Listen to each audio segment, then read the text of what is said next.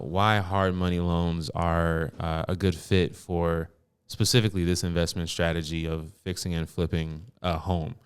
Could you get into maybe some of the, I guess, benefits as opposed to, I don't know, trying to pair this with a buy and hold strategy or something like that? Sure. Well, I think hard money is a good option for either of those because oftentimes the renovations do have to be completed.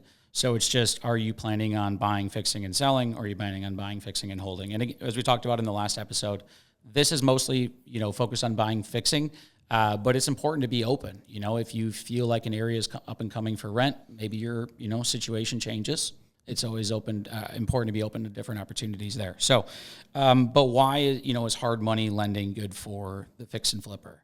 Again, speed for closing, it can't be understated enough or overstated enough either way. But, what we're looking at is how quickly can you close and how quickly can you turn around and sell that property? You obviously can't do 4 loans or 4 different properties in a year if it takes you 60 days to close those properties. So depending again on what your time frame is, do you have your own construction crew that's just sitting there waiting for your next project to close? Maybe that's because you're not using a hard money lender. And the repayment schedule, like we had talked about, the majority of these loans are interest only. So yes, you're not paying down the principal, but maybe your payment's a little bit lower than it would be if there was principal on it, number one.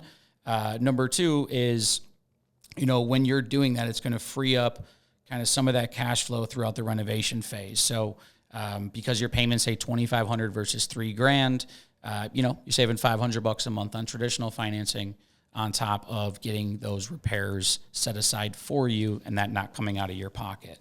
And again, after repaired value, we're focusing just on the repairs that you're completing and what does that property look like when you're done.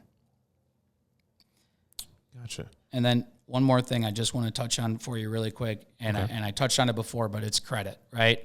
Mm-hmm. Not everyone's credit is great. We understand that. Right. Just because you don't have great credit, doesn't mean you're not going to be a great investor.